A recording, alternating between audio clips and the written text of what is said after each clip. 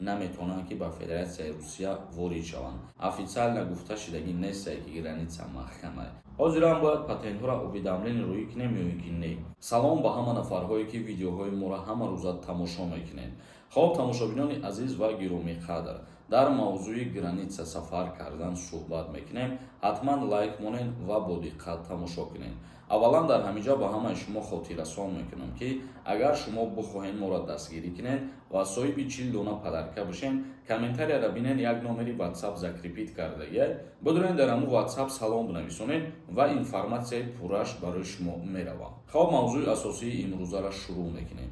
бисёри нафарҳо дар мавзӯи баста шудани граница савол пешниҳод мекунанд ки оё ростае ки то моҳи июла ё то моҳи августа границаи Қазоқистона маҳкам кардаянд ва дигар шаҳрвандони ҷумҳурии Тоҷикистон наметавонанд ки граница перескат кунанд, ё нафарҳое ки аз ҷумҳурии Тоҷикистон бо роҳи заминӣ ба Россия сафар мекунанд наметавонанд ки ба Федератсияи Русия ворид шаванд.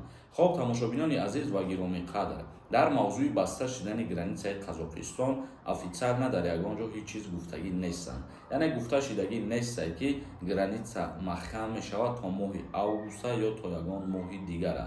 танҳо худтон айни ҳол шоҳиди ҳамин чизҳо ҳастем ки дар граница мушкилиҳо ба вуҷуд омадааст барои шаҳрвандони ҷумҳурии Тоҷикистон задержка шудааст, яъне диромадан мемонанд. мисол мегирем, агар пештар вақтҳо агар дар 3-4 соат вақте ки вориди Федератсияи Русия мешидем, айни ҳол мумкин 1 рӯз ё 2 рӯз, мумкин 3-4 рӯз шумо дар граница банд мемонед, аз сабабе ки задержка кардаистанд, шаҳрвандони ҷумҳурии Тоҷикистона тафтишот зиёд кардаистанд. ва як чизи муҳими дигара дар ҳаминҷа қайд карда гузаштан мумкин аст ки ҳар як нафаре ки ба Федератсияи Русия сафар карданӣ мешавад, шумо бояд ки айни ҳол бидонед ба куҷо сафар мекунед, бидонед ки пеши кӣ меравед, дар куҷо зиндагонӣ мекунед. ва ҳадди ақал аз ҳама чизи муҳимаш ҳамин мебошад ки мисол ба ҳамин метавонанд сабаб кунанд, причина кунанд шуморо вориди Россия шудан намонанд барои надонистани забони русӣ. барои ҳамон нафарҳое ки ба Федератсияи Русия сафар карданӣ мешаванд, аввалин дараҷа бояд ки забони русиро хуб бидонед. ба хотире ки ҳамин чиза причина карда метавонанд ва метавонанд ки шуморо вориди Россия шудан намонанд. чӣ дар аэропортҳо мисол ҳамин чиз дар кора ва чӣ дар роҳи заминӣ дар границаҳо дар назар дорем. ва як бори дигар хотиррасон мекунем ки официально гуфта шудагӣ нестае ки граница маҳкамае. танҳо задержка шудааст ва мардум мисол 2-3 рӯзӣ дар ҳамун границаҳо мондаистанд. хоб тамошобинони азиз ва гиромии қадр, акнун комментарияҳои шуморо мехонем ва ба саволҳо ҷавоб мегардонем. бо диққат гӯш кунед.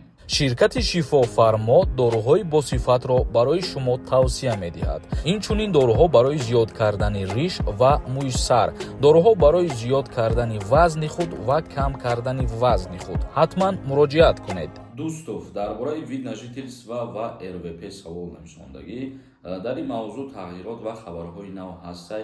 иншоаллоҳ ки паго як видеои алоҳида мекунем ва ҳамаша ба маълумоти шумо мерасонем. интизор бошед. афзалшо нависондай: ассалому алайкум акаҷон. ростае мегӯянд сертификати забони русиро аннулировать кардагиянд. яъне пештар дар чандин ҷойҳо ва бо тариқи посредникҳо шаҳрвандои хориҷӣ метавонистанд ки ҳамун сертификата дастрас кунанд, вале айни ҳол мисол ҳамаи ҳоро аз байн бурдагиянд. махсус донишгоҳҳое ҳастае ки дар ҷо рафта имтиҳони забони русӣ месупорем ва баъдан аз ҳамунҷа сертификат мегирем. як каси дигар нависондаи баъди алишкунӣ праваи ҷумҳурии Тоҷикистон ба РФ чӣ гап мешавад бо сабабаш, дар чия оқибаташ? сабабаш гуфта шудагӣ нест, вале нафарҳое ки двойное гражданство доранд 1 сол муҳлат додагӣ ҳастанд ки бояд праваи российский бигиранд. як кас нависонда: ака илтимосам мира ответен, хела зарурай, ман мигратсион кама гум кардам, аз ягон ҷо бо сохтан мешавад. бигем бо тариқи посредник дар назар дошта бошӣ, агар хубаш ҳамин накунед, ба хотире ки мигратсиони карта яке аз ҳуҷҷатҳои зарурӣ барои шаҳрванди хориҷӣ ба ҳисоб меравад. шумо ӯро аз посредникон мегиред ё ягон каса мегӯед месоза тайёр мекунад, мумкин фалшиви тайёр мекунад метантон. ва дар ин вақт бо ҳамон мушкилие ки шумо доред, бо болои мушкилӣ як мушкилии дигар мешавад. ҳуҷҷати қалбакӣ гуфта. муҳаммад нависондай: ака мара я моҳ нашида омадам, метавонам бо бирам, депорт нестам, официально кор мекардам ба документ. бале, вақте ки шумо официально кор мекунед, ҳамаи ҳуҷҷатҳоро донед ва ягон қонуншиканӣ кардагӣ нестем, кае ки хоҳем мебурем аз Федератсияи Русия ва боз вақти дилхоҳ ворид мешем. Як ҳасти дигар нависонда ассалому алайкум акаи Сорбон. ҳозирам бояд патентҳоро уведомлени рӯӣ кунем ё ин ки не? бале тибқи тағйиротҳое ки дар Федератсияи Русия рӯзи 7 январи соли 2024 шидагӣ буд, мақсад шумо ҳамо патенте ки доред бо трудовой договортон бояд ҳатман уведомлени рӯӣ кунед. Як ҳасти дигар нависонда ассалому алайкум ака. ҳамин одаме ки 2 фарзанд доранд, хизмат мебаранд. нафарое ки соҳиби 2 фарзанд ҳастанд, аз даъваткунӣ ба хизмати ҳарбӣ озод мебошанд.